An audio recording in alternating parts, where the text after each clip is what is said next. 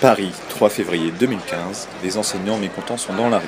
Partagés entre désespoir et ras-le-bol, ils manifestent pour la seconde fois depuis décembre.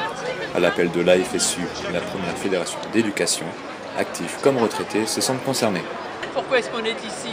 Parce qu'on défend les mêmes revendications que nos collègues actifs et que nos collègues actifs. On n'a pas de raison de nous dissocier d'eux.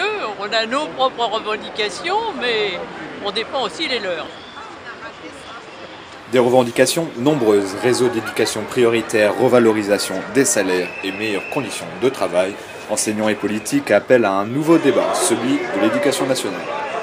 La question de l'école est au centre du débat de la société depuis quelques semaines, mais pas toujours de la meilleure des manières.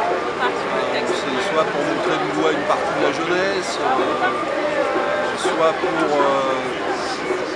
fustiger l'incapacité de l'école à résoudre tous les problèmes de la société.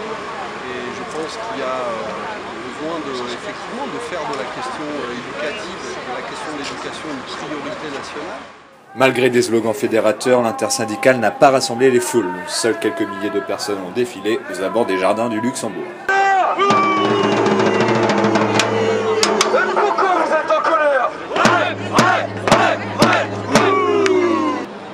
Une onde qui n'a pas noirci la motivation et l'enthousiasme.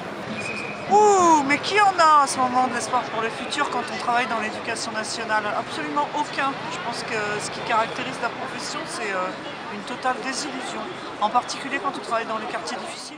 D'autres ont également suivi le mouvement, à Lyon et Marseille notamment. Les manifestants attendent désormais des actes de la part de la ministre de l'Éducation nationale, Najat Vallaud-Belkacem.